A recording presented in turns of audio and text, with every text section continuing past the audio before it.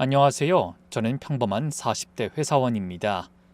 지금껏 살면서 가장 배신감을 느꼈던 순간을 꼽으라고 하면 단연코 아내의 거짓말을 확인했던 그날을 꼽을 거예요. 아직도 기억에 생생하네요. 믿고 사랑했던 아내에게 처참하게 속고 베트남 호텔방에서 홀로 오열했던 게 말이죠. 그날을 기점으로 저는 완전히 다른 삶을 살게 됐는데요. 친구들에게도 속 시원하게 털어놓지 못했던 그 사연을 익명으로나마 이 자리에서 얘기해 봅니다. 제가 아내를 처음 만난 건 37을 막 넘긴 해 가을이었어요. 당시 저는 중견 제조업체에서 해외 사업부 대리로 일하고 있었는데요. 회사 선배가 소개해준 모임에서 아내를 만나게 됐죠. 사실 제가 워낙 내성적이기도 하고 그쯤엔 더욱더 사람을 만나는 걸 피하고 있던 때였어요. 30대 후반인데 아직 총각이라고 주변에서 워낙 시끄럽게 굴었거든요.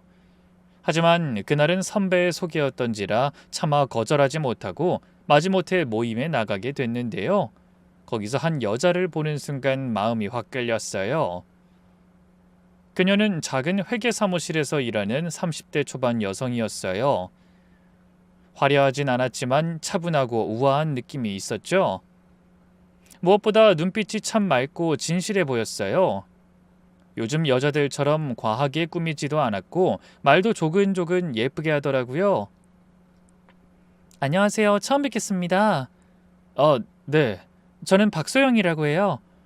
저는 김태준이라고 합니다. 태준 씨라고 불러도 되죠? 이름이 되게 근사하네요. 태준 씨랑 잘 어울려요. 저를 보며 환하게 웃는 그녀를 본 순간 있는지도 몰랐던 심장이란 녀석이 미친 듯이 뛰기 시작했어요. 아, 이 여자다 싶더군요. 모임이 파할 때쯤 있는 용기 없는 용기 다 끌어모아 데이트 신청을 했는데요. 다행히 그녀도 제가 그리 싫지 않았는지 좋다고 하더군요. 그렇게 그날 이후로 몇 번 더 만나게 됐어요. 커피도 마시고 영화도 보고 맛있는 음식도 함께 먹으면서 서로에 대해 알아갔죠. 만날수록 더 마음에 들었어요. 허영심이 없고 소박하면서도 내면이 단단한 사람이라는 걸 알 수 있었거든요. 네 번째 만남 때 정식으로 사귀자고 고백했고요. 그녀가 수줍게 고개를 끄덕이면서 저희는 연인 사이로 발돋움했네요. 몇 달 사귀면서 여자친구의 가정 상황도 자연스럽게 알게 됐어요. 솔직히 처음 들었을 때는 좀 당황스러웠어요. 아버지가 몇 년 전 작은 식당을 하시다가 운영에 실패하셔서 빚이 꽤 있다고 하더라고요. 어머니는 몸이 좋지 않아 제대로 된 일을 못 하시고 대학생인 남동생까지 있어 여자친구가 가장 역할을 하고 있다고 하더군요. 우리 집 형편이 별로 좋지 않아서 혹시 부담스러우면 이해할게. 헤어져도 괜찮아. 여자친구가 조심스럽게 말하는 모습이 오히려 더 안쓰럽더라고요. 그런 걸로 뭘 헤어져. 소영이 너네 집이 어떻든 난 네가 좋아서 만나는 건데. 하지만 우리 둘 다 나이가 있잖아. 태준 씨가 비혼주의자도 아니고 결혼하고 싶어하는 사람이고 솔직히 결혼은 현실인 거 나도 알아. 나 전 남자친구랑 헤어졌던 것도 우리 집안 때문이었는걸. 그런 속물 같은 놈이랑 날 비교하지 마. 너만 괜찮다면 난 너랑 결혼하고 싶어 소영아. 뭐 집안 사정이 어쩔 수 없는 거잖아. 전 그렇게 대답했지만 솔직히 마음 한편으론 고민이 됐어요. 저희 집도 비슷한 형편이면 모를까 나름 안정적인 중산층이었거든요. 아버지는 30년 넘게 공무원으로 근무하셨고 어머니는 초등학교 교사로 정년퇴임하셨어요. 넉넉하진 않아도 남부럽지 않게 살았죠. 저 역시 나름 괜찮은 대학을 나와 중견기업에 다니고 있었고 해외 사업부라서 출장비며 각종 수당도 제법 받고 있었고요. 그래서 객관적으로 봐도 저희 집과 여자친구 집 사이에는 경제적인 격차가 꽤 있었던 게 사실이에요. 하지만 아무리 생각해봐도 저는 여자친구가 아니면 안 될 것 같더라고요. 어려운 환경에서도 가족을 위해 묵묵히 일하는 모습이 대견했고 그런 상황에서도 밝게 살아가는 모습이 존경스럽기까지 했거든요. 결국 교제한 지 1년 정도 됐을 때 저는 여자친구에게 정식으로 결혼 얘기를 꺼냈어요. 그리고 부모님께도 여자친구를 소개하기 전 대략적인 가정 형편을 넌지시 알려드렸는데 예상했던 대로 두 분 다 처음엔 좀 난색을 표하셨어요. 태준아, 그 아가씨 인품은 참 좋아 보이는구나. 근데 집안 형편이 너무 어렵지 않니? 아버지, 그런 게 중요한 게 아니라 사람이 중요한 거 아닌가요? 아니, 물론 사람이 중요하지. 근데 결혼이라는 게 두 사람만의 문제가 아니잖니. 특히 처가에 빚까지 있다고 하니 나중에 너한테 부담이 될 수도 있고. 옆에서 듣고 있던 어머니도 걱정스러운 표정으로 말씀하셨어요. 그래, 태준아. 엄마가 며느리 욕심이 많은 건 아닌데 그래도 너무 차이가 나면 나중에 여러 가지로 힘들어질 수가 있어. 지금은 사랑으로 다 극복할 수 있을 것 같겠지만 현실은 그렇지 않단다. 아니, 엄마, 전 그 사람이 정말 좋아요. 돈이 전부는 아니잖아요. 돈이 전부는 아니지만 없으면 안 되는 것도 돈이야. 특히 아이 생기면 돈 들어갈 곳이 한두 군데가 아닌데. 그리고 처가에서 도움을 요청하면 어떡할 거야? 부모님 말씀도 충분히 일리가 있었어요. 하지만 저는 이미 여자친구와 가정을 꾸릴 결심을 했고 이제와 여자친구와 헤어지기엔 너무 마음이 깊어진 상태였죠. 그래서 몇 달에 걸쳐 계속 부모님을 설득했어요. 아버지, 어머니, 전 진짜 그 사람이 좋아요. 집안이 어려워서 더 열심히 살아온 사람이고 그런 환경에서도 가족을 위해 희생하는 마음을 보면 정말 훌륭한 사람이라고 생각해요. 경제적인 문제는 남자인 제가 책임질게요. 너 혼자 어떻게 다 책임져? 지금도 그쪽 집안에 빚이 있다면서. 소영이가 결혼하고도 한동안 계속 일할 거라고 했어요. 남동생도 아직 대학생이지만 곧 취업할 거고. 또 제가 이제 곧 과장 승진도 앞두고 있고 해외 사업부라서 수당도 꽤 나와요. 충분히 감당할 수 있어요. 그렇게 설득하기를 몇 달. 마침내 부모님께서 직접 여자친구를 만나보시겠다고 하셨어요. 솔직히 그때가 가장 떨렸던 것 같아요. 여자친구도 엄청 긴장했었죠. 자기 나 어떡해? 자기 부모님이 나 안 좋아하시면 어떡하지? 괜찮을 거야. 넌 그냥 있는 그대로 자연스럽게 행동하면 돼. 여자친구는 막상 저희 부모님을 보자 언제 그렇게 떨었냐는 듯 정말 예의 바르고 차분하게 행동했어요. 안녕하세요, 아버님, 어머님. 인사가 늦었습니다. 그래요, 오느라 고생 많았어요. 배고프죠? 얼른 앉아서 밥부터 먹어요. 네. 태준 씨한테 어머님 음식 솜씨가 좋다고 많이 들었어요. 아이고, 그렇게 대단한 솜씨는 아닌데 입에 맞을지 모르겠네. 사실 여자친구가 입이 짧은 편이거든요. 원체 소식가라 비싼 레스토랑을 데려가도 많이 못 먹는 편이었어요. 근데 그날은 저희 어머니가 차려준 밥 한 공기를 뚝딱 비우더군요. 저희 부모님한테 잘 보이기 위해서 노력하는 거였죠. 그게 어찌나 대견하고 고맙던지. 부모님도 처음엔 어색해하셨지만 여자친구와 대화를 나누면서 점점 표정이 부드러워지시더라고요. 그동안 고생 많았겠구나. 가정 형편이 어려운데도 가족들 위해 열심히 일하고. 어머니가 여자친구의 손을 잡으시면서 말씀하셨어요. 아닙니다, 어머님. 제가 작년대 당연히 해야 할 일인걸요. 아우, 참 착하고 어른스럽구나. 우리 태준이가 좋은 사람 만났네. 아버지도 점점 마음에 들어하시는 것 같았어요. 특히 여자친구가 제가 부족한 점이 많지만 잘 배워서 좋은 며느리가 되도록 노력하겠습니다. 라고 말했을 때 어머니의 표정이 완전히 달라지셨어요. 뭘 부족해? 이렇게 예의 바르고 성실한데. 앞으로 우리 태준이 잘 부탁한다. 뭐 힘든 일 있으면 다 얘기하고. 이제 한 식구가 될 테니까. 네, 감사합니다, 어머님. 그날 이후로 부모님의 마음이 완전히 돌아섰어요. 그렇게 반대하던 게 무색하게 제게 그러시더군요. 태준아, 그 아가씨 정말 좋은 사람이더구나. 집안 형편보다는 사람 됨됨이가 중요한 건데 엄마가 너무 편견을 가졌나 봐. 그래, 나도 처음엔 걱정했는데 만나보니까 너무 진실하고 착한 아이야. 결혼해도 좋겠다. 그렇게 부모님의 허락을 받게 됐고 저희는 결혼을 하게 됐어요. 사실 여자친구가 집안의 가장 노릇을 하다 보니 모아둔 돈이 별로 없었거든요. 그래서 변변한 혼수나 예단 없이 거진 맨몸으로 시집 오다시피 했는데요. 그걸 얼마나 미안해했는지 몰라요. 자기, 내가 가져올 게 별로 없어서 미안해. 사실 자기 조건이면 나보다 훨씬 더 괜찮은 여자 만날 수 있었을 텐데. 갑자기 그게 무슨 소리야. 난 소영이 너만 있으면 돼. 다른 건 아무것도 필요 없어. 결혼식도 소박하게 올렸어요. 여자친구 쪽 하객들은 많지 않았지만 그래도 두 집안 사람들이 모여 따뜻한 분위기로 식을 치렀죠. 장인어른 장모님은 너무 고맙다고 딸을 좋은 곳으로 보내게 됐다고 눈물을 흘리셨어요. 그렇게 저희는 부부가 됐죠. 그때만 해도 꿈에도 몰랐죠. 행복만 가득할 줄 알았던 제 결혼 생활이 지옥으로 변할 줄은요. 신혼 초기에는 정말 행복했어요. 아내는 결혼 전 약속대로 정말 좋은 며느리가 되려고 애썼고 부모님도 아내를 친딸처럼 아껴주셨어요. 아내는 결혼 후에도 계속 회계사무실에서 일했고 처남도 대학교 마지막 학년이라 곧 졸업해서 취업할 예정이었죠. 결혼 전 부모님께 드렸던 약속들이 차근차근 지켜지고 있는 것 같아 마음이 놓였어요. 하지만 결혼한 지 6개월쯤 됐을 때부터 아내가 회사 일로 스트레스를 받기 시작했어요.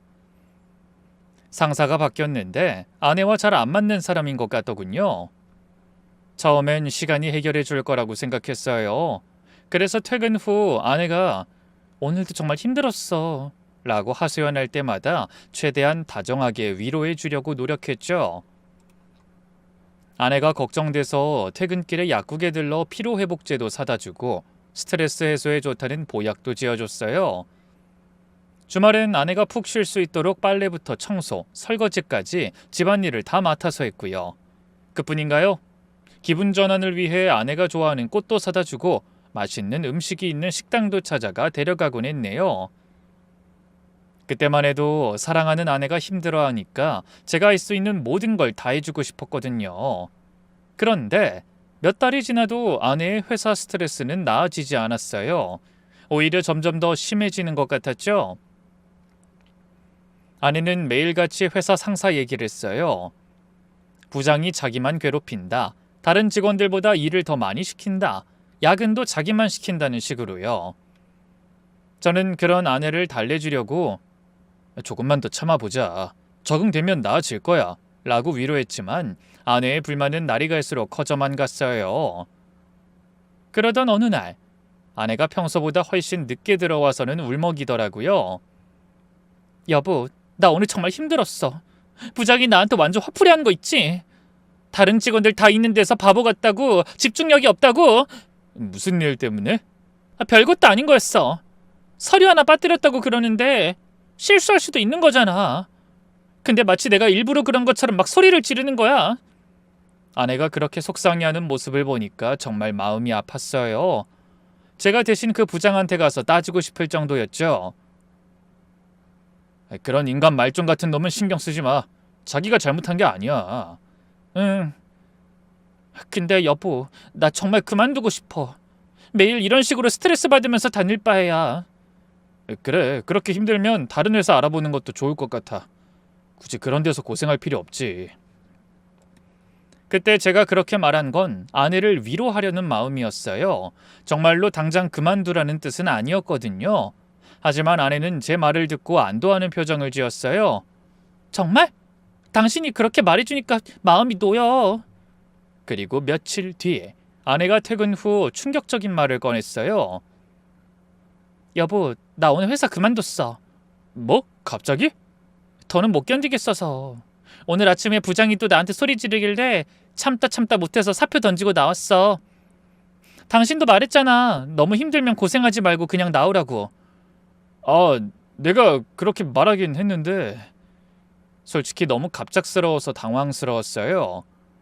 아내가 힘들어하는 건 알고 있었지만 설마 상의도 없이 그만둘 줄은 몰랐거든요. 하지만 이미 그만둔 상황에서 뭐라고 할 수도 없었고 무엇보다 아내가 그렇게 힘들어했는데 나무랄 순 없었어요. 그래, 잘했어. 고생 많았고. 그동안 정말 힘들었겠다. 정말 힘들었어. 그래도 당신이 이해해줘서 고마워. 이제 좀 쉬고 천천히 다른 좋은 회사 알아보자. 고마워, 여보. 한 달만 좀 쉬고 다시 찾아볼게. 안심한 표정으로 제품에 안기던 아내가 잠시 망설이더니만 뜻밖의 얘기를 꺼냈어요. 저기 그런데 여보, 미안하지만 그동안 우리 집 생활비 당신이 좀 보태줄 수 있을까? 나 새 직장 들어갈 때까지만. 정말 미안해. 결혼 후 저는 아내가 버는 돈에 관해선 일절 상관하지 않았거든요.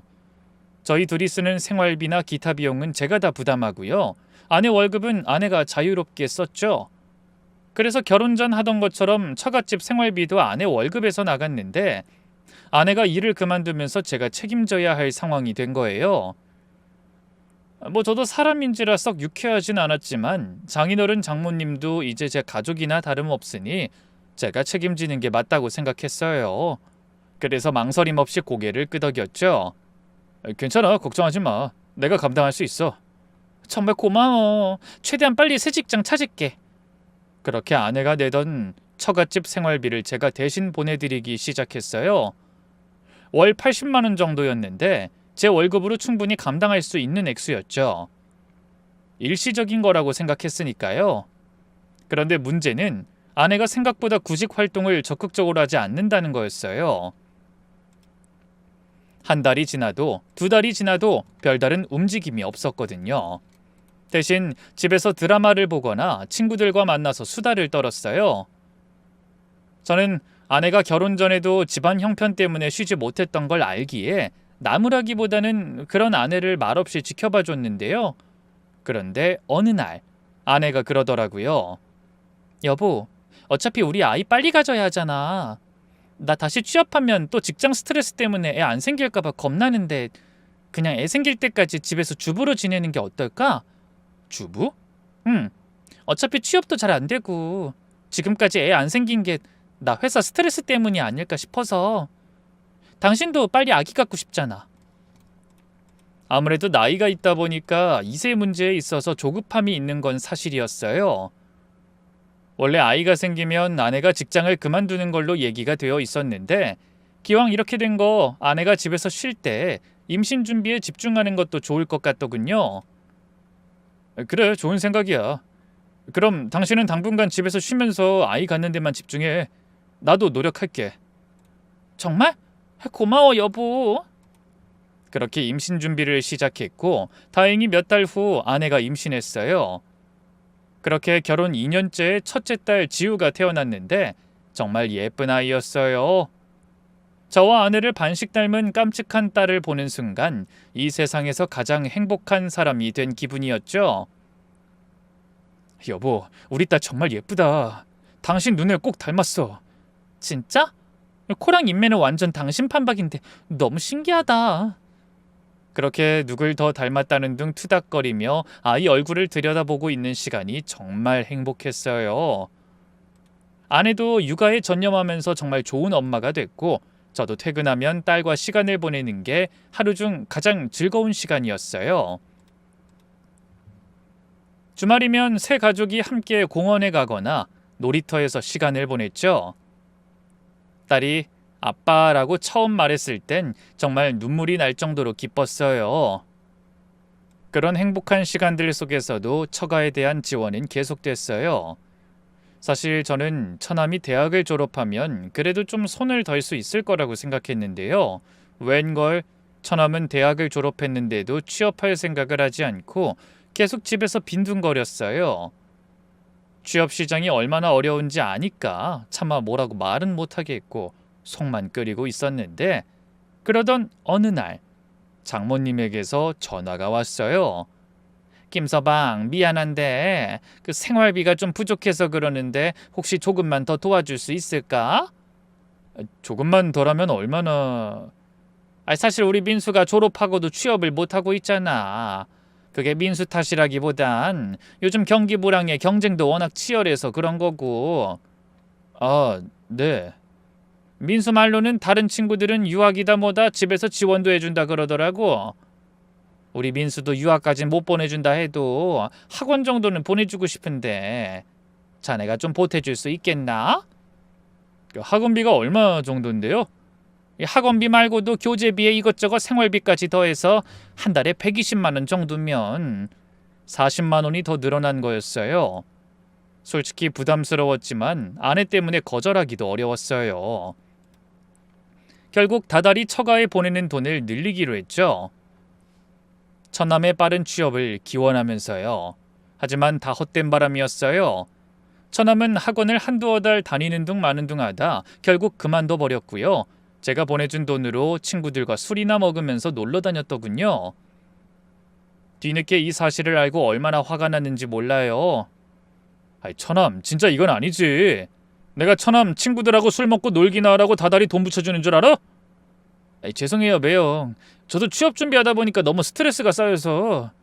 아이, 그래도 학원 그만뒀으면 진작에 나한테 말을 했어야지. 아이, 장모님, 장인어른도 그렇고 다들 알고 있었으면서 왜 말을 안 했어? 내가 호구도 아니고. 그 자리에는 아내도 같이 있었는데요. 처음엔 제 편을 들어주던 아내가 제 마지막 말에 화가 났던가 봐요. 표정이 싹 굳더니만 집에 가자마자 무섭게 화를 내더군요. 당신 아까 우리 집에서 말본새가 그게 뭐야? 민수한테 화내는 거야 그렇다 쳐. 우리 엄마 아빠 다 있는 데서 호구 어쩌고 하면서 화내는 건 좀 너무한 거 아니야? 아니, 난 처남 때문에 너무 화가 나서. 아무리 화가 나도 그렇지. 그만큼 우리 엄마랑 아빠를 무시하고 있었다는 거 아니야? 아니, 왜 논리가 그렇게 비약돼? 난 장인어른 장모님 무시한 적 없어. 그리고 두 분이 어쨌든 처남 학원 그만둔 거 다 알면서도 나한테 말 안 한 건 사실이잖아. 이거 봐. 우리 엄마 아빠한테도 억하심정 있었던 거 맞네. 트집을 잡으며 목소리를 높이는 아내를 보고 있자니 저도 점점 화가 났어요. 솔직히 이건 좀 아닌 것 같아. 내가 뭐 A팀기도 아니고 언제까지 처갓집 뒤치다거리를 해줘야 돼? 장인어른도 아직 충분히 일할 수 있는 연세고 처남도 빨리 취업해야지. 취업이 어려우면 알바라도 해야 하는 거 아니야? 왜 계속 집에서 놀고만 있어? 민수가 그런 게 어디 하루 이틀이야? 그리고 우리 아빠 나이에 이제 와서 무슨 일을 해? 뭐 경비원이나 청소부 같은 거라도 하라는 거야? 당신은 정말 우리 아빠가 그런 허드렛 일하면서 사람들한테 무시당했으면 좋겠어? 난 그런 꼴 못 봐. 차라리 내가 다시 취업을 하고 말지. 지호 태어난 지 얼마나 됐다고 지금 다시 취업을 해? 그럼 지호는 어쩌고? 이거 봐. 난 당신 애 낳고 혼자 독박 육아하느라 일도 못하는데 당신은 우리 집에 다달이 생활비 주는 걸로 그렇게 생색내고. 나더러 대체 어쩌라는 거야? 우리 부모님 굶어 죽게 그냥 두라는 거야? 아내의 목소리가 높아지더니 갑자기 눈물을 흘리기 시작했어요. 나도 당신한테 미안해. 하지만 애초에 다 알고 시작한 거 아니었어? 난 다 솔직하게 말했잖아. 우리 집 가난한 거. 괜찮다고 할 땐 언제고 이제 와서. 내가 애 낳고 더는 이혼도 못하게 되니까 당신 진짜 너무한 거 아니야? 아내가 그렇게 울면서 말하니까 제가 너무 매정하게 굴었나 싶어 마음이 약해졌어요. 미안해. 난 그런 뜻으로 얘기한 게 아니라 처남 때문에 너무 답답해서. 당신이 힘든 건 알아. 그래도 가족인데 좀 도와줄 수 있잖아. 나도 지우 어린이집 들어가면 알바라도 할게. 아니야, 내가 괜한 소리 했어. 당신은 그냥 지우 키우는 거에 집중해. 당신 가족들은 내가 책임질 테니까 그 처남하고도 잘 풀어볼게. 그렇게 아내의 눈물에 넘어간 저는 처가에 대한 지원을 계속했는데요. 그게 잘못이었던 걸까요? 얼마 뒤 더 큰 문제가 생겼어요. 처남이 하라는 취업은 안 하고 기막힌 사고를 친 거예요. 제가 그 사실을 알게 된 건 새벽에 온 장모님의 전화 때문이었어요. 김서방 큰일 났어. 우리 아들이 친구들이랑 술 마시다가 싸움이 났는데 상대방이 다쳤다면서 합의금을 요구해. 합의금이요? 얼마를 요구하는데요? 2천만 원이래. 어떡하지? 우리가 어디서 그런 돈을 구해? 김서방, 정말 미안하지만 도와줄 수 있을까? 그 돈 말은 못하면 우리 민수 감옥 가야 한대. 갑자기 2천만 원이라니. 적지 않은 돈이었어요. 하지만 가족이 된 이상, 그리고 아내가 그렇게 걱정하는 모습을 본 이상 거절할 수가 없었어요. 다행히 들어뒀던 적금이 있어서 그걸 깨 처남의 합의금을 마련해줬고요. 장모님과 아내는 눈물까지 흘리면서 고마워했어요. 여보, 정말 고맙고 미안해. 내가 뭐라고 할 말이 없네. 아니야, 다른 사람도 아니고 천안밀인데 어쩔 수 없지. 김서방, 그 돈은 내가 민수 취업하면 조금씩이라도 갚으라고 할 테니 걱정 말게. 하지만 그게 시작이었죠. 그 뒤로도 처남은 밥 먹듯이 크고 작은 사고를 연달아 쳤고요. 결국 몇 달 만에 또 장모님에게서 전화가 왔어요. 김서방, 정말 미안한데 민수가 또 사고를 쳤어. 네? 이번엔 또 뭔가요? 이놈 새끼가 글쎄 도박을 했다가 돈을 잃었는데 그 돈이 다른 사람 돈이었나 봐. 지금 사기죄로 경찰서 갈 판이라는데 어떡하지? 뭐 얼마를 빌린 건데요? 1,000만 원 정도 된대. 제발 한 번만 더 도와줄 수 없을까? 액수도 액수였지만 도박하겠답시고 다른 사람한테 사기를 쳤다는 게 좀 화가 났어요. 아무리 가족이라고 해도 그건 좀 심하잖아요. 그래서 단호하게 말했죠. 장모님, 이번에 또 도와주면 처남 버릇만 나빠질 것 같아요. 이건 처남이 잘못한 거잖아요. 다른 사람 돈으로 왜 도박을 해요? 제 딴엔 잘해보려고 그런 거지 뭐. 부탁이야. 이번 한 번만 더 도와주겠나? 죄송합니다. 힘들 것 같아요. 그렇게 말한 후 바로 전화를 끊었는데요. 이 사실을 안 아내가 눈물을 흘리면서 빌었어요. 여보, 우리 민수가 좀 철이 없긴 하지만 그래도 나쁜 애는 아니잖아. 이번 한 번만 더 도와주면 정말 맘 잡고 제대로 살겠대. 지금 정말 위험한 상황이야. 제발 한 번만 더 도와줘. 다른 사람도 아니고 아내의 눈물 섞인 애원을 거부하기란 힘들었어요.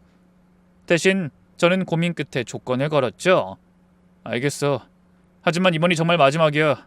그리고 처남이 다시는 도박 안 하고 바로 취업하겠다는 각서 써야 해. 그리고 이건 빌려주는 거니까 처남이 취업하면 꼭 갚아야 하고. 당연하지. 고마워 여보. 정말 고마워. 그렇게 각서까지 받고 저는 처남에게 돈을 빌려줬어요. 하지만 그 각서는 얼마 못 가 휴지 조각이 됐죠. 처남이 또 도박을 했다고 장모님에게 연락이 왔거든요. 김서방, 정말 미안한데 민수가 실수를 했어. 친구 꿰매 빠져서 그만 또 도박을. 전화를 받는 순간 정말 기가 막혔어요. 각서까지 써놓고 또 도박을 했다니. 장모님 뭐라고 하셨어요? 처남이 또 도박을 했다고요? 미안하네. 애가 빚을 빨리 갚겠다는 욕심에 그만. 저는 정말 화가 머리끝까지 났어요. 그래서 바로 처남을 불러서 만났죠. 처남, 어떻게 각서까지 쓰고 또 도박을 해? 매형 죄송해요. 근데 이번엔 정말 확실한 거였거든요. 조금만 더 하면 이전 빚까지 다 갚을 수 있었는데. 확실한 게 어딨어? 도박에 확실한 게 있으면 그게 도박이야? 죄송해요. 정말 마지막으로 한 번만 더 도와주세요. 다신 도박에 손 안 댈게요. 도대체 마지막이 몇 번째야? 이번엔 정말 안 도와줘. 처남이 알아서 해결해. 그렇게 딱 잘라서 거절했어요. 하지만 그날 밤 아내와 또 크게 다퉜죠. 여보, 그래도 하나뿐인 내 동생인데 이렇게 모른 척할 순 없잖아. 모른 척이 아니라 선을 긋는 거야. 계속 이렇게 도와주면 처남은 절대 정신 못 차려. 그래도 지금 당장 위험한 상황이라고 하는데.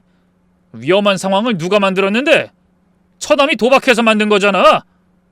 당신 너무 매정해. 당신 가족 아니라고 이러는 거지? 안 그럼 한 가족한테 어쩜 이렇게 냉정할 수 있어? 아내가 그렇게 소리를 지르더니 방으로 들어가서 문을 쾅 닫았어요. 그날 밤 아내는 저와 말도 안 했죠.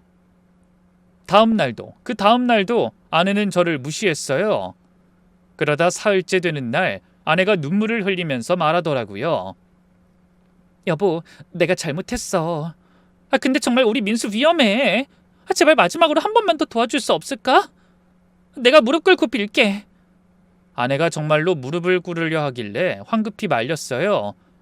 무슨 짓이야? 일어나. 그럼 도와줄 거야? 그 사이 잠도 잘 못 자고 밥도 잘 못 먹어서 퀭해진 아내 얼굴을 보고 있자니 마음이 아팠어요. 어쩌겠어요. 절 한심하다 욕하시는 분들도 계시겠지만 사랑은 더 마음이 큰 사람이 약자라고 하잖아요. 결국 저는 고개를 끄덕였어요. 알겠어. 하지만 정말 마지막이야. 그리고 이제부터 처남 통장 내가 관리할 거야. 용돈도 일주일에 10만 원씩만 줄 테니까 그걸로 생활해. 정말 고마워 여보. 하지만 그런 제가 처가 식구들이 보기에는 호구처럼 보였던 걸까요? 그들의 태도는 점점 더 당당해졌어요. 이제는 고마워하긴커녕 당연하다는 식이었죠. 장인어른은 아예 대놓고 말씀하셨어요. 김서방, 우리가 자네 덕분에 이렇게 살고 있는 건 맞지만 그렇다고 너무 눈치 주진 마라. 우리 딸이 자네 밥 차려줘, 애 낳고 키워줘, 다 돈값하고 있잖아. 장모님도 마찬가지였어요. 맞아. 자네가 우리한테 효도해야 하는 건 당연한 거야. 우리 딸 데려간 값이지. 우리 딸이 자네랑 결혼만 안 했어도 지금까지 우리 부양했을 거고, 그럼 우리도 자네 눈치 안 보고 마음 편하게 살았을 거라고. 그 말을 들었을 땐 정말 화가 머리끝까지 났어요. 하지만 아내와 딸 때문에 꾹 참았죠. 어차피 처가 식구들은 같이 사는 것도 아니고 제가 안 보면 그만이었으니까요. 물론 그 사이에도 처갓집 지원은 계속되고 있었지만 아내와의 평화와 행복을 돈으로 산다 치기로 했네요. 그런 제 인내 덕분일까요? 결혼 7년 만에 아내가 둘째를 임신했어요. 사실 아내도 저도 이미 많이 늦은 나이였기에 둘째는 포기하고 있었는데 뜻밖의 임신 소식에 너무 기뻤죠. 저는 임신 기간 동안 아내를 더욱 세심하게 챙겼어요. 입덧이 심할 때는 아내가 먹고 싶어하는 음식을 구해다 주고, 몸이 무거워지면서 집안일을 제가 다 맡아서 했죠. 딸애한테도 엄마가 힘드니까 조심하라고 얘기해뒀고요. 그렇게 10달 후 둘째가 태어났어요. 그토록 바라던 아들이었죠. 저희 부모님도 정말 기뻐하셨어요. 딸애도 동생이 생겨서 너무 좋아했고요. 아빠, 우리 동생 정말 작고 귀여워. 그래, 우리 지우가 이제 누나가 됐네. 동생 잘 돌봐줘야 해. 응, 내가 잘 돌봐줄게. 아이가 둘이 되니 행복도 2배가 되더군요. 물론 그 사이에도 처가에선 크고 작은 돈을 계속 요구했어요. 어디 그뿐인가요? 그쯤에 처남이 취업을 하긴 했는데요. 영 적응을 못하는지 많이 힘들어하고 있었죠. 그래도 제발 잘 다니길 바랬는데 어느 날 장모님에게 전화가 왔는데요. 처남이 이번엔 교통사고를 냈다며 또 돈을 달라고 하더라고요. 김서방, 정말 미안한데 애가 렌터카 빌려서 운전하다가 사고를 냈는데 보험 처리가 안 된다고 해서. 얼마나 나왔는데요? 500만 원 정도. 정말 내가 면목이 없네. 처남 취업했잖아요. 모아둔 돈 없대요? 걔가 모아둔 돈이 어디 있겠나. 돈 버는 족족 쓰기 바빴는데.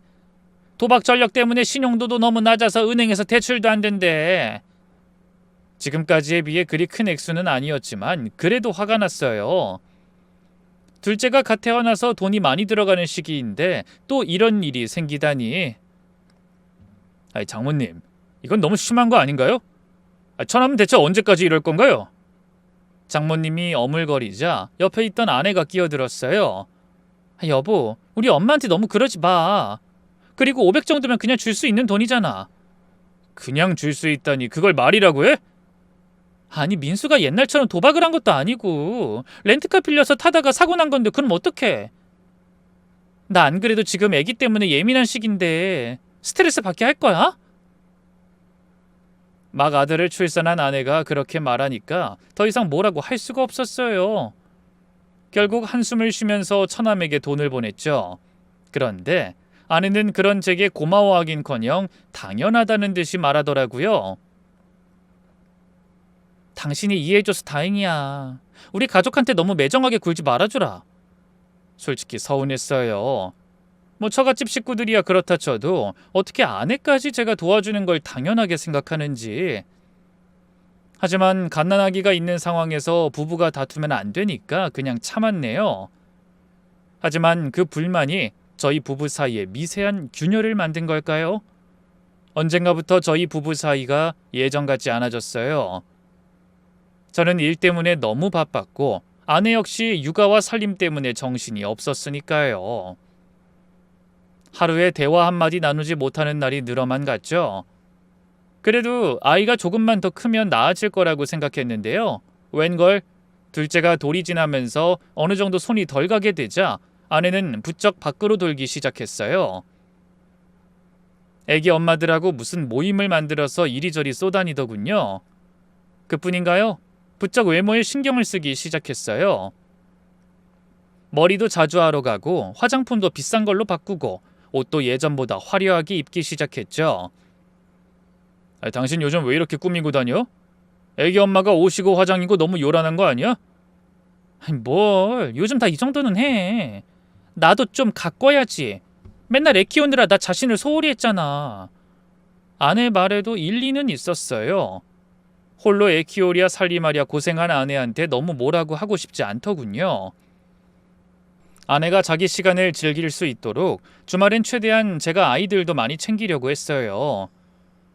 제 딴엔 멀어진 아내와의 관계를 회복하기 위한 노력이었죠. 그때만 해도 꿈에도 몰랐어요. 아내가 감추고 있던 어마어마한 진실을 말이죠. 진실이 수면 위로 올라온 계기는 제 베트남 출장이었어요. 2주간의 장기 출장이었는데 회사에서 새로운 공장 설립 관련 업무를 맡겨준 거였죠. 이렇게 길게 집을 떠나본 적이 없어 처음엔 걱정이 많았는데요. 나중엔 차라리 잘 됐다 싶었어요. 사실 요즘 집에서의 분위기가 좀 어색했거든요. 아내와의 사이가 예전 같지 않아 마음 한켠이 안 좋았는데 출장을 가게 되니까 오히려 잠깐 떨어져 있으면서 생각을 정리할 수 있을 것 같았어요. 여보, 나 이번에 베트남으로 출장 가게 됐는데 좀 길어. 2주 정도 걸릴 것 같아. 2주? 좀 길긴 하네. 그래도 어쩔 수 없지. 조심히 다녀와. 그 지호랑 애기 잘 부탁해. 혹시 급한 일 있으면 언제든 연락해. 알겠어. 걱정하지 마. 아내는 평소와 다르지 않게 대답했어요. 오히려 제가 출장 간다고 하니까 좀 안도하는 표정인 것 같기도 했고요. 베트남에 도착해서 일주일 정도는 정말 바빴어요. 현지 공장 부지 답사하고 관계자들과 미팅하고 서류 작업하고 하루 종일 일에 파묻혀 지내다 보니 집 생각할 겨를도 없었죠. 그런데 일주일이 지나고 나서부터는 좀 여유가 생기더라고요. 하지만 그게 꼭 좋은 것만은 아니더군요. 저녁에 호텔로 돌아와서 혼자 있으면 갑자기 외로움이 밀려왔어요. 한국에 있는 가족들이 무척 그리웠죠. 하지만 아내는 아이들 때문에 바쁜지 영 통화가 되지 않았고요. 어쩌다 연결이 돼도 금방 끊기 바빴어요. 결국 저는 할 일 없이 호텔방에서 멍하니 시간을 보냈죠. 관광이라도 나가볼까 했지만 식구들도 없이 혼자서 영 내키지 않더라고요. 그나마 밤에 잠들기 전에 TV로 한국 방송을 보는 게 유일한 낙이었어요. 호텔에 있는 TV에서 유일하게 나오는 한국 채널이 딱 하나 있었는데요. 대부분 제가 관심 없는 한류 드라마나 뉴스가 전부였지만 그래도 해외에서 혼자 있으니 한국어가 나오는 건 뭐든 반갑더라고요. 틀어놓고 열심히 봤죠. 그날도 그랬어요. 호텔방에서 저녁을 먹으면서 TV로 한국 뉴스를 보고 있었는데 마침 문화 소식 코너에서 서울 시내거리 공연축제를 소개하고 있더라고요. 오늘 서울 땡땡 앞에서는 제3회 거리 음악축제가 열려 많은 시민들이 참여했습니다. 화면에는 공연을 보고 있는 관중들의 모습이 나왔어요. 젊은 커플들, 가족들, 친구들 다들 즐거워하는 모습이었죠. 그런데 그 순간이었어요. 카메라가 한 구역을 클로즈업 하는데 거기 서 있는 커플이 너무 눈에 띄는 거예요. 남자가 여자를 뒤에서 껴안고 있었는데 여자가 고개를 돌려서 남자를 쳐다보더니 짧게 키스를 했어요. 그런데 그 여자의 얼굴이 너무 익숙했어요. 믿을 수 없게도 제 아내였죠.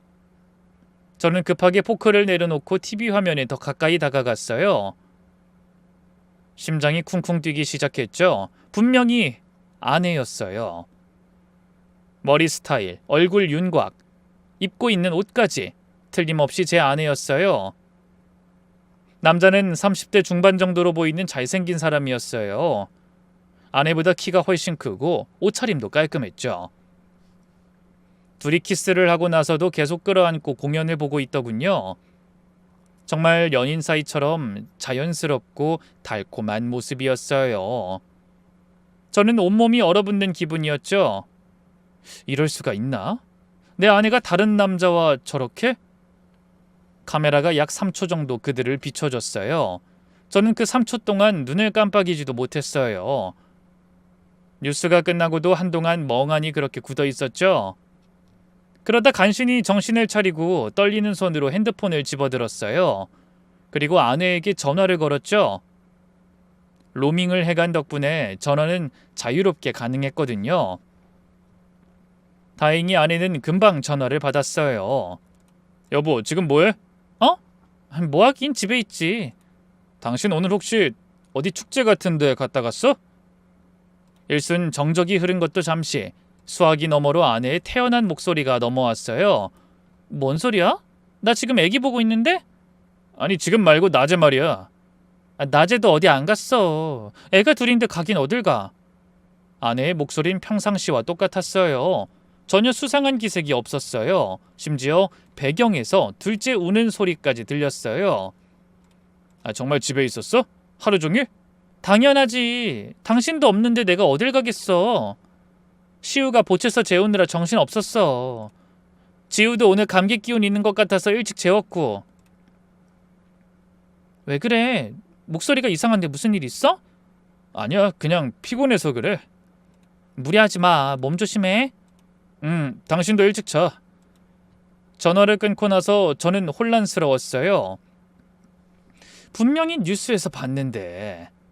물론 오늘 날짜가 아닐 수도 있어요. 방송은 오늘 됐다 하더라도 촬영은 미리 해둔 걸 수도 있으니까요. 하지만 중요한 건 그게 아니었어요. 그 영상 속에서 아내가 다른 남자와 입을 맞추고 있었다는 건 변하지 않는 사실이었죠. 그럼 내가 착각한 걸까? 아내와 너무 비슷한 사람을 오해한 걸 수도 있잖아. 생각이 많아지면서 급기야 저는 뉴스 속 사람이 아내가 맞는 건지부터 확신이 들지 않았어요. 혹시 내가 착각한 걸까? 비슷하게 생긴 다른 사람이었을까? 하지만 아무리 생각해도 확실히 아내였어요. 수년간 같이 산 아내를 못 알아볼 리가 없잖아요. 저는 인터넷을 뒤져 그 뉴스를 다시 찾아보기로 했어요. 확실히 하고 싶었거든요. 다행히 뉴스 사이트에서 오늘 방송된 뉴스를 다시 볼 수 있었어요. 문화소식 코너를 찾아서 거리 음악 축제 부분을 다시 봤어요. 그리고 그 장면이 다시 나왔을 때 전 확신했죠. 분명히 제 아내였어요. 화질도 충분히 좋았고 각도도 정면에서 찍힌 거라 얼굴이 선명하게 보였어요. 뉴스 자막을 보니 오늘 오후 땡땡에서 열린 거리 음악 축제라고 나와 있었어요. 오늘 촬영된 게 맞았어요. 그럼 아내가 거짓말을 한 거였어요. 외출은 전혀 하지 않았다고 하는데 실제로는 다른 남자와 데이트를 한 거였죠. 그날 밤 잠을 한 잠도 못 잤어요. 계속 그 장면이 머릿속에 맴돌았거든요. 아내가 다른 남자의 품에 안겨 키스하던 모습이, 그렇게 자연스럽고 달콤해 보였던 모습이. 출장 마지막 3일 동안 전 계속 고민했어요. 한국에 돌아가서 어떻게 해야 할지, 직접 물어봐야 할지, 아니면 확실한 증거를 더 모아야 할지. 그리고 결론을 내렸죠. 확실한 증거가 필요하다고. 아내가 부인하면 할 말이 없으니까요. 한국에 돌아온 후 저는 평소처럼 행동했어요. 출장 얘기도 하고 아이들과도 놀아주고, 하지만 마음 한편으로는 계속 아내를 주시하고 있었어요. 그리고 그 주 토요일, 아내가 또 외출한다 하더군요. 여보, 오늘 부모님이랑 민수랑 만나기로 했어. 식구들끼리 다 같이? 응. 오랜만에 다 같이 만나서 밥 먹기로 했어. 나도 같이 갈까? 장모님 장인어른 뵌 지도 오래됐는데. 그러자 아내가 눈에 띄게 당황한 표정을 짓더군요. 됐어. 그럼 애들도 데려가야 하는데 정신 없잖아. 엄마가 따로 할 말도 있다고 했고. 오늘은 나만 다녀올게. 당신은 집에서 아이들 좀 봐줘. 알겠어. 누가 봐도 수상했어요. 아내가 나간 후 30분 뒤 저는 아이들을 이웃집에 잠깐 맡기고 아내를 따라갔죠. 아내가 강남 쪽으로 간다고 했으니까 그쪽으로 갔죠. 중간에 길을 잘못 뜨는 바람에 하마터면 놓칠 뻔했는데요. 다행히 한 레스토랑으로 들어가는 아내를 다시 발견할 수 있었어요. 아내가 통유리로 된 창가에 자리를 잡은 덕분에 밖에서도 내부를 훤히 들여다볼 수 있었는데요. 얼마 안 가 처갓집 식구들도 하나둘 아내가 앉은 테이블로 들어오더군요. 정말 처가 식구들끼리만 보기로 한 건가 안심이랄지 실망이랄지 묘한 감정으로 돌아서려 했는데요. 바로 그 순간 정말 충격적인 광경이 눈앞에 펼쳐졌어요. 글쎄, 아내와 같이 뉴스에 나와 입을 맞추던 남자가 등장해 자연스럽게 합류하더니 아내 옆자리에 떡하니 앉는 게 아니겠어요? 경악한 저는 입을 틀어막고 어찌할 바를 몰랐는데요. 그러다 간신히 정신을 차리고 급하게 핸드폰을 꺼내 동영상 촬영을 시작했어요. 레스토랑 유리창 너머로 보이는 그들의 모습을 낱낱이 찍었죠. 장모님이 그 남자에게 반찬을 떠주고 있었고 처남은 그 남자와 술잔을 부딪히며 웃고 있었어요. 아내는 그 남자 옆에 바짝 붙어 앉아 자연스럽게 팔짱을 끼고 있었고요. 정말 한 가족 같아 보였어요. 아니, 실제로 가족인 것처럼 행동하고 있었죠. 저는 그 자리에서 움직일 수가 없었어요. 온몸이 얼어붙는 기분이었죠. 아내의 불륜도 충격적이었지만 처가 식구들이 다 알고 있었다는 게 더 충격적이었어요. 그럼 지금까지 저만 바보였던 거잖아요. 안 되겠다 싶어서 레스토랑 안으로 저도 들어갔어요. 그리고 처갓집 식구들이 앉은 바로 뒤쪽 테이블에 조심스럽게 자리를 잡았는데요. 방금까진 들리지 않던 대화 내용이 생생하게 들려오더군요. 지서방 많이 먹게. 어째 전에 봤을 때보다 살이 더 빠진 것 같아. 장모님은 그 상간남을 사위 취급하면서 더 챙기지 못해 안달이었어요. 상간남은 그런 장모님의 태도가 익숙한 듯 보였죠. 요즘 일이 좀 바빠서요.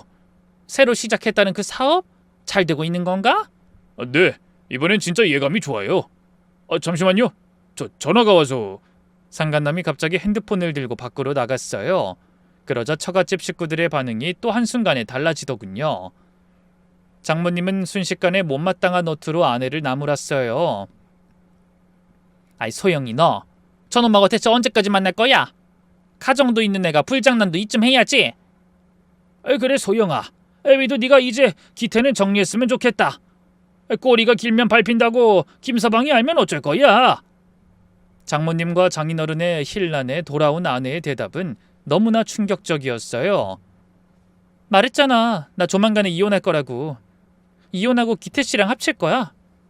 아내는 아무렇지 않게 저와 이혼하겠다고 하더군요.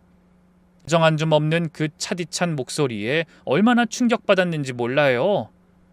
미쳤니? 기태 저놈이 지금까지 사업한답시고 말아먹은 돈이 한두 푼이야?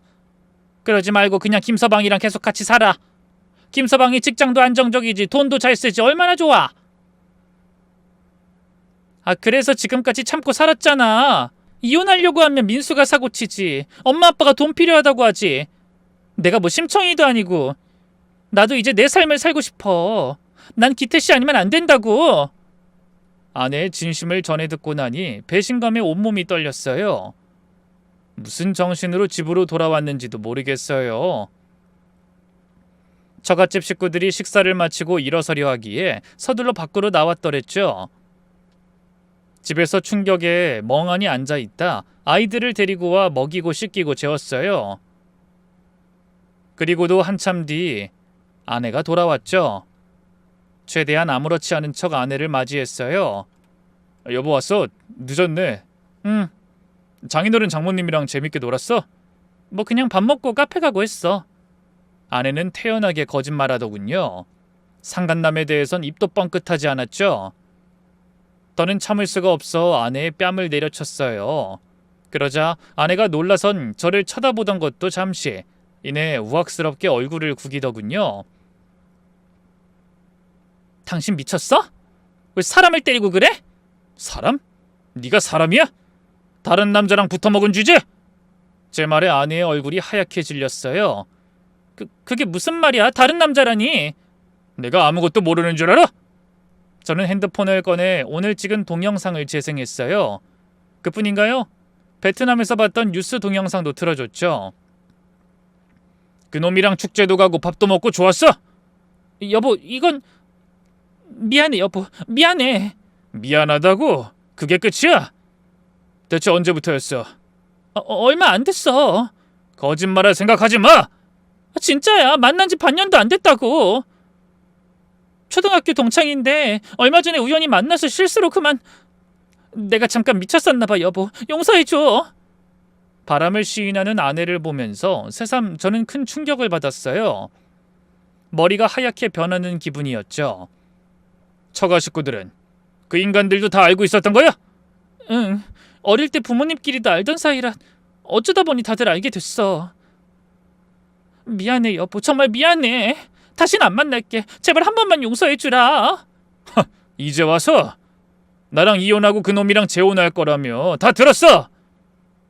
저는 정말 화가 머리끝까지 났어요.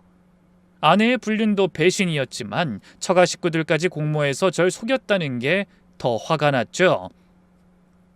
이제 그만하자. 여보. 우리 이혼해. 더 이상은 못 견디겠어. 썩 꺼져버려! 여보, 이러지 마, 제발. 내 집에서 안 나가? 또 맞고 싶은가 보지? 제가 손을 치켜들자 아내는 결국 겁에 질린 얼굴로 도망치듯 집을 빠져나갔어요. 모성이란 게 있긴 한 건지 아이들은 챙기지도 않더군요. 그 모습에 더 정이 떨어졌어요. 양육권과 친권을 반드시 갖고 오겠다고 결심했죠. 이후로 저는 모든 걸 정리하기 시작했어요.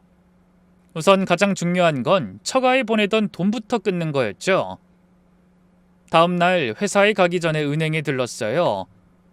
다달이 장모님과 처남의 계좌로 자동이체되던 돈을 중단하는 게 첫 번째 할 일이었거든요. 그리고 바로 변호사 사무실로 갔어요. 변호사에게 자초지종을 설명하고 모든 증거를 보여주자 승소는 확실하다고 하더군요.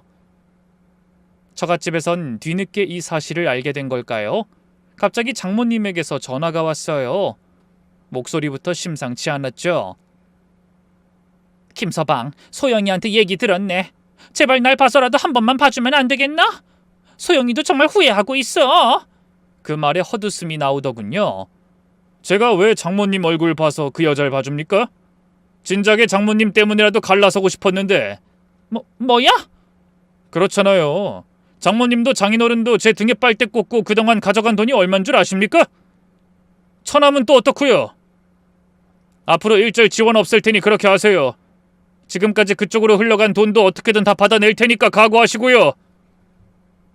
전화기 너머로 장모님이 헉하고 숨을 들이마시는 소리가 들렸어요. 그리고 잠시 침묵이 흘렀죠. 김서방, 우리도 어쩔 수 없었어. 딸이 그러는 걸 어떡해? 어쩔 수 없었다고요? 그럼 저한테 진작에 말씀해 주시지 그랬어요. 그동안 사람을 바보의 호구로 만들었으면서. 미안해, 김서방. 정말 미안해. 그래도 우리가 가족인데 이렇게 나오면. 가족이요? 가족이 이런 식으로 속여요? 됐으니까 이만 전화 끊겠습니다. 그렇게 전화를 끊어버렸어요. 손이 떨렸지만 시원한 기분이었죠. 그 뒤로 장모님, 처남, 심지어 장인어른까지 계속해서 전화가 왔지만 모든 번호를 다 차단했네요. 그러자 다들 안달이 난 걸까요? 우르르 저희 집으로 몰려왔어요. 심지어 아내까지 대동해선 제 앞에 무릎을 꿇더군요. 다들 뭐 하시는 겁니까? 주거 침입으로 고소하기 전에 돌아가세요. 그러자 장모님이 갑자기 눈물을 짜내며 입을 열었어요. 김서방, 내가 잘못했어. 내가 딸을 잘못 가르쳤어. 그러니까 제발 한 번만 봐주게. 가시라고요. 이런다고 해서 달라지는 거 없어요. 아이들을 생각해서라도 제발. 우리 소영이가 그래도 지우랑 시우 엄마잖나. 그러자 아내가 울면서 말했어요. 맞아, 여보. 나 없이 애들을 어떻게 키우게? 내가 정말 잘못했어. 다시 한 번만 기회를 줘. 다른 남자랑 붙어먹은 너 같은 여자가 엄마는 무슨 엄마야? 웃기지 말고 썩 꺼져. 변호사 통해서 이혼 절차 진행할 거니까 너도 변호사나 선임하라고. 그러자 처남이 갑자기 벌떡 일어나 아내를 향해 악을 썼어요. 아이씨, 이게 다 누나 때문이잖아. 어떻게 책임질 거야? 나 조만간에 매형한테 부탁해서 가게 차리려고 했는데 누나 때문에 다 망했어. 아니, 그렇게 바람을 왜 피워? 내가 그 사기꾼 같은 새끼랑 진작에 헤어지라고 했지. 이게 이제 와서 뭐래? 야, 넌 언제까지 내 남편한테 붙어먹을 거야? 기생충도 아니고. 뭐? 기생충? 말 다 했어? 급기야 아내와 처남은 제 눈앞에서 서로 머리끄댕이를 잡고 싸우기 시작했어요. 더는 안 되겠다 싶어 주방으로 가 굵은 소금을 가져와 처갓집 식구들 얼굴에 뿌려버렸네요. 썩 꺼져! 진짜 경찰에 신고하기 전에! 여보 제발! 안 가? 진짜 경찰 부를까? 제가 핸드폰을 손에 쥐고 전화를 거는 신용을 하자 그제야 처갓집 식구들과 아내가 도망쳤어요. 이후 아내는 끝까지 이혼을 못하겠다고 버텼고요. 결국 장기 소송으로 들어갔는데요. 아내의 유책 사유가 너무 명확했기 때문에 소송 결과는 당연히 제 승리였어요. 저는 아내와 무사히 갈라설 수 있었죠. 그런데 이 지리한 법적 다툼 과정에서 또 하나의 충격적인 사실이 드러났어요. 그건 바로 둘째 아들이 제 아들이 아니라는 거였죠. 맞아요. 상간남의 아이였어요. 아내는 그걸 다 알면서도 제 아이라고 속인 거였죠. 저는 복잡한 심정으로 둘째 아이를 아내에게 보내버렸고요. 첫째의 양육권과 친권만 가져왔네요. 그리고 괘씸한 마음에 아내와 상간남을 상간자 소송은 물론 사기죄, 손해배상 청구까지 민형사상으로 걸 수 있는 건 다 걸었죠. 결과는 다 제 승리였고요. 이후 한동안 전처와 처갓집 식구들의 소식도 모르고 살았는데요. 최근 우연히 겹지인을 통해 근황을 전해 들었어요.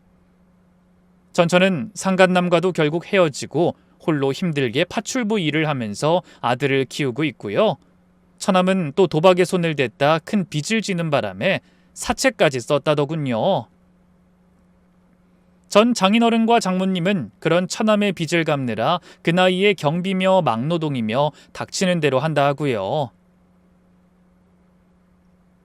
제가 아니었다면 진작에 그렇게 살 운명들이었던 쓰레기만도 못한 인간들이었던 거죠. 반면 저는 딸애와 둘이 잘 살고 있어요. 작년엔 회사에서 승진도 했고요. 얼마 전 좋은 여자 만나 조심스럽게 사랑을 키워가고 있습니다. 긴 얘기 들어주셔서 고맙습니다. 모두 건강하세요.